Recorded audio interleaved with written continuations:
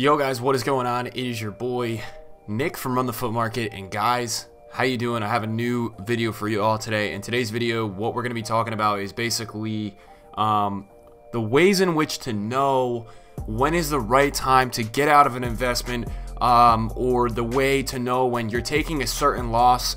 When is it worth it to take the loss? What is the best time, or the most, you know, like the time where you can optimize your loss the most of maybe not losing the most, or if you're losing a lot, then you already know what you're going to do next. It's going to be an interesting video, and it's going to be one of those tutorial kind of videos. I always make these kind of videos, and they seem to help a lot of you kind of just understand the market, and enlarge your knowledge of how the market works. You guys saw I had a DC there.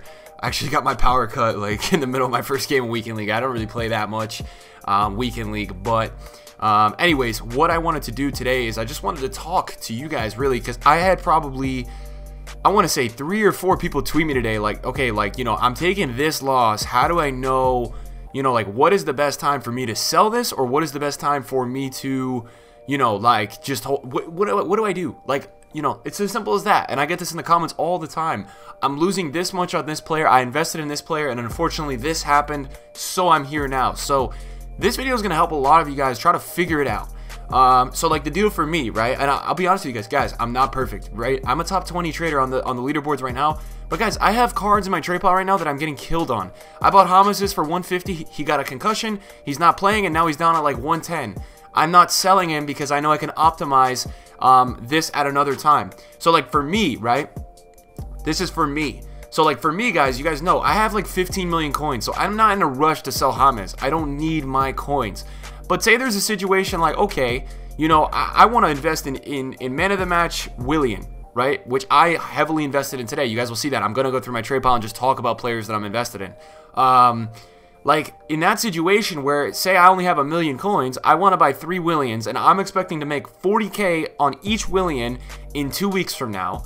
If I take a 30K loss on that Diego Costa or the James, whatever it might be, because I'm losing on the Costa as well, if I lose there, will I make more back, and a lot more back from selling it and moving on? And that's kind of the story of the video today, and I'm being very open with you guys. You know, I posted a video the other week about my biggest loss in FIFA Ultimate Team, which I lost 1 million coins on Kevin Gamero informs. I do some crazy stuff. I like to recommend things for you guys that are safe, and will make you guys easy coins. So this Diego Costa right here, right? Yeah, he's like 70K, and I have like 10 for 75. Okay, I overpaid a little, but the beautiful thing is with ones to watch cards, there's never really a rush to sell them, because especially like a player like Costa, he's been scoring goals.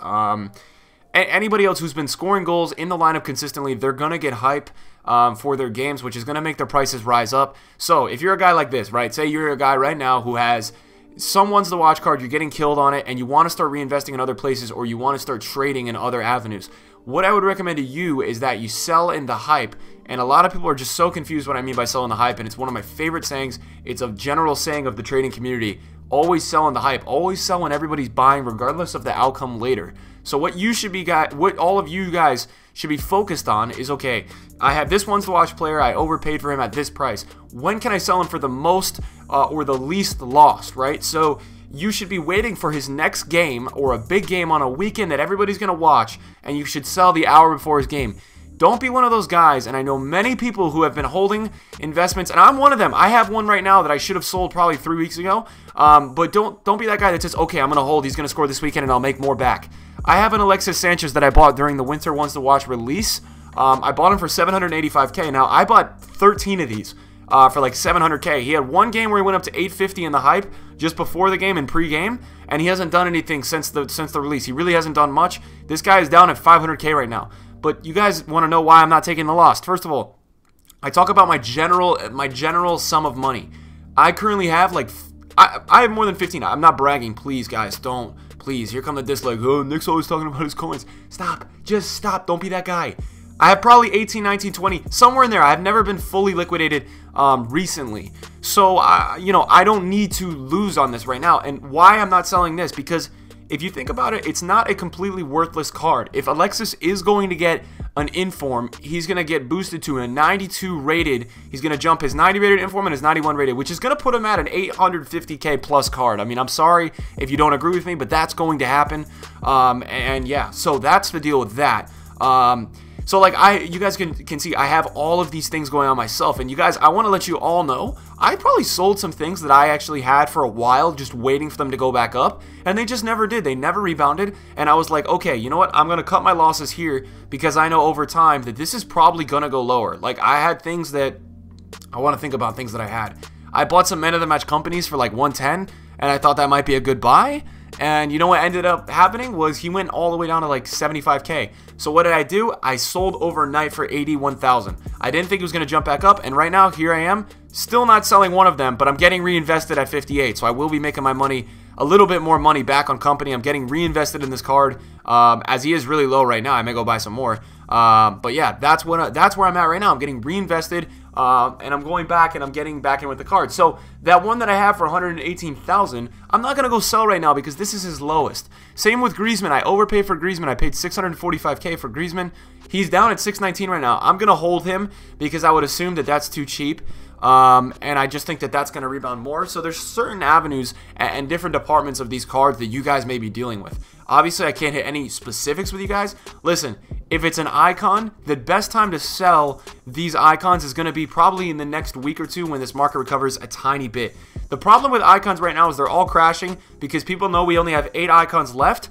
And what that is causing currently is a lot of market panic because people know that R9, Hullet, Pele are coming, and they're selling their icons to get every coin they possibly can to put into those SBCs. So that's something that's kind of going on right now, and I want you guys to all be aware of that. That could be a massive catalyst to this current market crash, which is not so much a crash right now. It's starting to go back up, but you're also losing a little bit of a player base. Now, I'm expecting the market right now, these 2 weeks that we've just had, I'm expecting this to be some of the lower weeks on the market.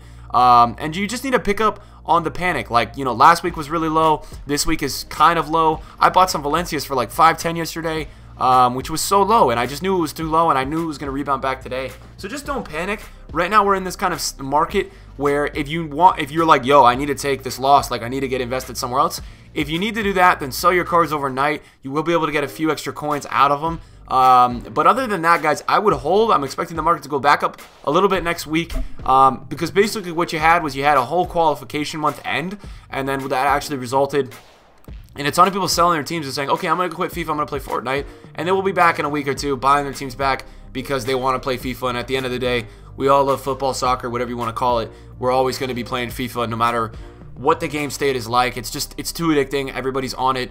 If you're soccer in your blood, or football, you're not obsessed, but you're very, very passionate about it. And FIFA's a great game to play, although this one may not be the best. So yeah, I just wanted to make this video because it's important all the time to know that nobody's perfect.